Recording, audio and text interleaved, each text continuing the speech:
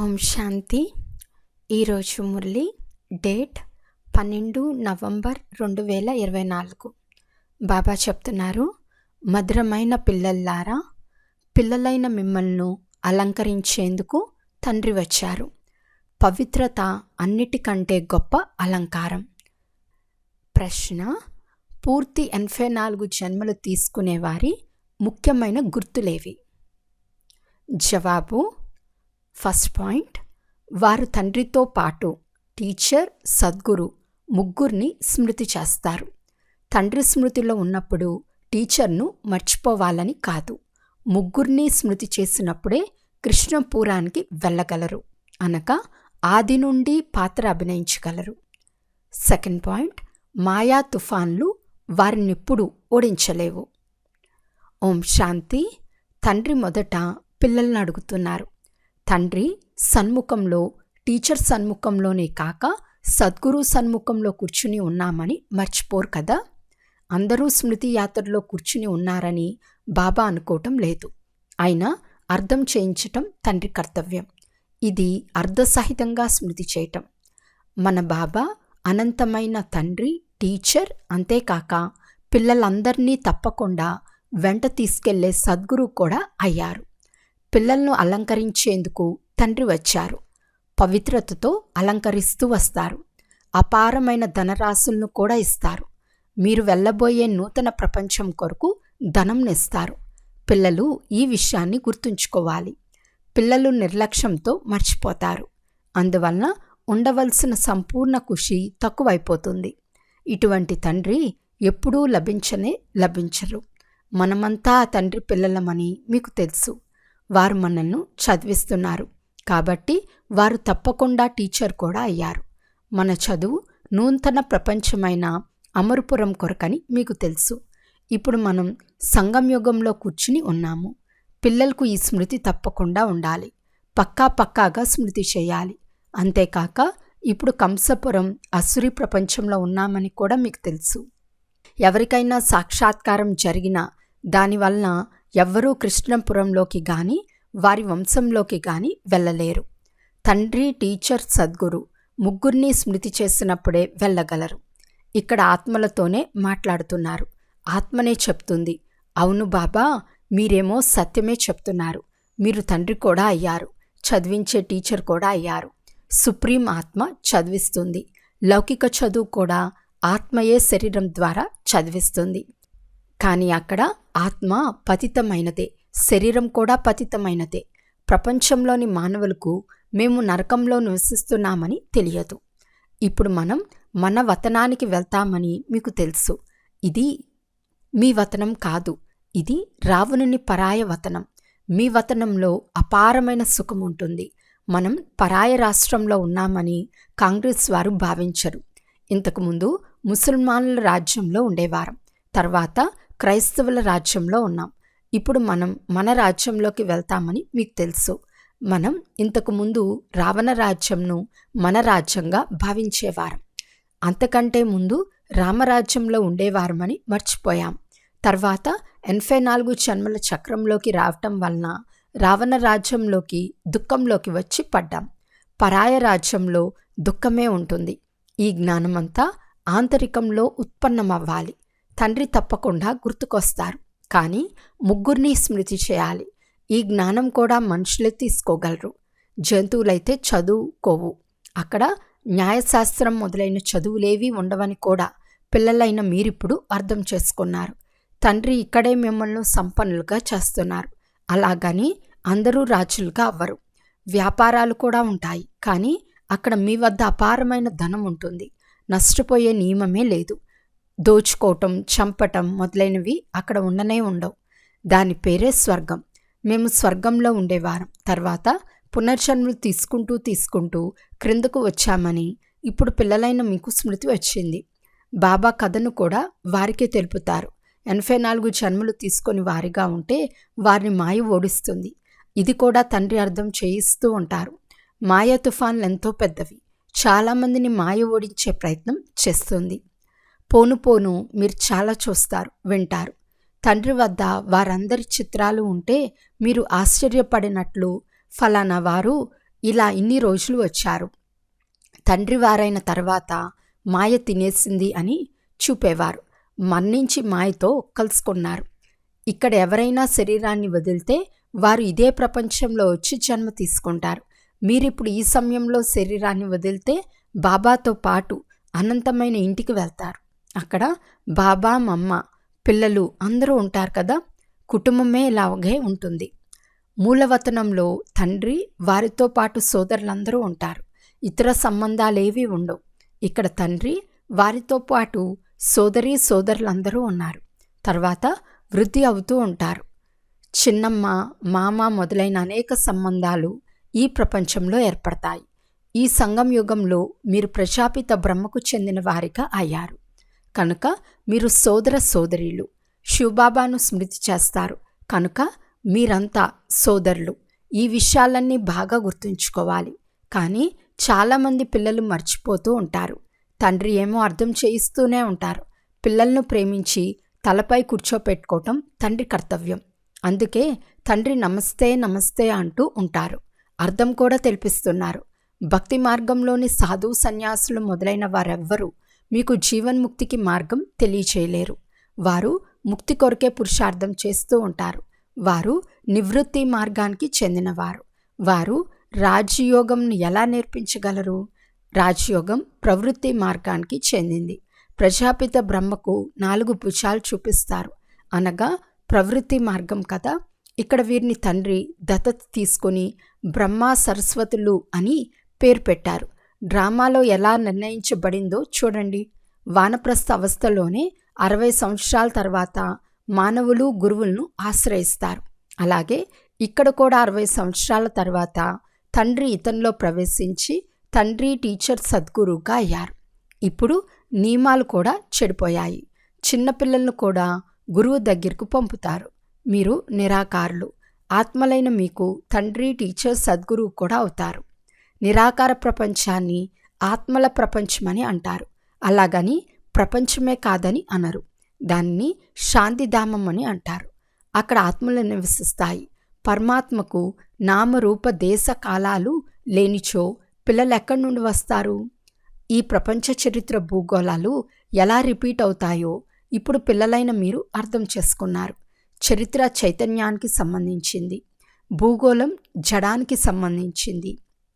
మనం ఎంతవరకు రాజ్యం చేస్తామో ఆత్మలైన మీకు తెలుసు. చరిత్ర గాయనం చేయబడుతుంది. దాన్ని కథ అని అంటారు. భూగోళం అంటే దేశానికి సంబంధించింది. చైతన్యంగా ఉన్నవారే రాజ్యపాలన చేస్తారు.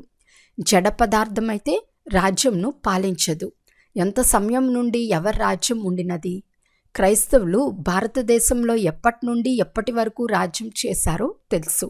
కానీ ప్రపంచ చరిత్ర భూగోళాల గురించి ఎవ్వరికీ తెలియదు. సత్యుగం గడిచి లక్షల సంవత్సరాలైందని చెప్తారు. అందులో ఎవరు రాజ్యపాలన చేశారో, ఎంతకాలం చేశారో ఎవరికీ తెలియదు. దీనిని చరిత్ర అని అంటారు. ఆత్మ చైతన్యం, శరీరం జడం. మొత్తం ఆటంతా జడం, చైతన్యానికి సంబంధించింది. మానవ జీవితమే ఉత్పన్నమైందని గాయనముంది. జనాభా లెక్కలు కూడా మానవులదే లెక్కిస్తారు. జంతువులను ఎవరూ లెక్క పెట్టలేరు. మొత్తం ఆటంతా మీ పైన ఉంది. చరిత్ర భూగోళాలు కూడా మీరు వింటున్నారు. తండ్రి ఇతనిలో ప్రవేశించి మీకు అన్ని విషయాలు అర్థం చేయిస్తున్నారు. దీనిని బేహద్దు చరిత్ర భూగోళం అని అంటారు. ఈ జ్ఞానం లేనందున మీరు చాలా తెలివిహీనులుగా అయ్యారు.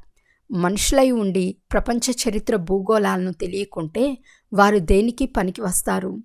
ఇప్పుడు మీరు తండ్రి ద్వారా ప్రపంచ చరిత్ర భూగోళాలను వింటున్నారు.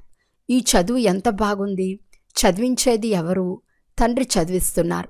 ఆ తండ్రే అత్యంత ఉన్నతమైన పదవినిప్పించేవారు. ఈ లక్ష్మీనారాయణులు మరియు వారితో స్వర్గంలో నివసించే వారి పదవి అత్యంత శ్రేష్టమైంది కదా. అక్కడ బ్యారిస్టర్ చదువు మొదలైనవి ఉండవు. అక్కడ కేవలం కళలు నేర్చుకోవలసి ఉంటుంది. ఆ కళలు నేర్చుకోకుంటే భవనాలు మొదలైనవి ఎలా నిర్మిస్తారు? పరస్పరంలో కళలు నేర్చుకుంటారు. లేకుంటే ఇన్ని భవనాలు మొదలైనవి ఎవరు నిర్మిస్తారు? వాటంతటికీ అవే తయారవ్వవు కదా. ఈ రహస్యాలన్నీ ఇప్పుడు పిల్లలైన మీ బుద్ధిలో కూడా నెంబర్ వార్ పురుషార్థానుసారం ఉంటాయి. ఈ చక్రం తిరుగుతూ ఉంటుందని, ఇంత సమయం రాజ్యం చేసి మరలా రావణ రాజ్యంలోకి వస్తామని మీకు తెలుసు. రావణ రాజ్యంలో ఉన్నామని బయటి ప్రపంచం వారికి తెలియదు. బాబా రావణ రాజ్యం నుండి ముక్తులుగా చేయండి అని తండ్రిని పిలుస్తారు. కాంగ్రెస్ వారు క్రైస్తవుల రాజ్యం నుండి తమను ముక్తులుగా చేసుకున్నారు. ఇప్పుడు మళ్ళీ ఓ గాడ్ ఫాదర్ మమ్మల్ని విడుదల చెయ్యండి అని పిలుస్తారు. స్మృతిలోకి వస్తోంది కదా. ఈ విధంగా ఎందుకు అంటున్నారో ఎవరికీ తెలియదు. ఇప్పుడు ఈ మొత్తం సృష్టిపై రావణ రాజ్యం ఉందని మీరు అర్థం చేసుకున్నారు. అందరూ రామరాజ్యం కావాలని కోరుకుంటారు. కానీ ముక్తులుగా ఎవరు చేస్తారు? గాడ్ ఫాదర్ ముక్తినిచ్చే మార్గదర్శకులై తీసుకెళ్తారని భావిస్తారు. భారతవాసులకు ఇంత తెలివి లేదు. మీరు పూర్తిగా తమో ప్రధానమై ఉన్నారు. ఇతరులకు ఇంత దుఃఖం లేదు, సుఖము లేదు. అందరికంటే ఎక్కువ సుఖంగా ఉండేవారు, ఎక్కువ దుఃఖంగా ఉండేవారు భారతీయులే. అంతా లెక్కాచారమే కదా. ఇప్పుడెంతో దుఃఖం ఉంది. ఓ గాడ్ ఫాదర్, లిబరేటర్ అని ధార్మిక పారాయణాలు పిలుస్తూ ఉంటారు. బాబా మీరు వచ్చి మా దుఃఖాలను హరించి సుఖధామంలోకి తీసుకెళ్ళమని మీ హృదయంలో కూడా ఉంది. వారేమో శాంతిధామానికి తీసుకెళ్ళమంటారు. కానీ మీరు శాంతిధామానికి సుఖధామానికి తీసుకెళ్ళమని అంటారు. ఇప్పుడు ఆ తండ్రి వచ్చి ఉన్నారంటే చాలా సంతోషం ఉండాలి. భక్తి మార్గంలో చెవులకు ఎంతో ఇంపుగా ఉంటుంది. అందులో సత్యమైన మాట ఒక్కటి కూడా లేదు. పిండిలో ఉప్పు వేసినంత ఉంది.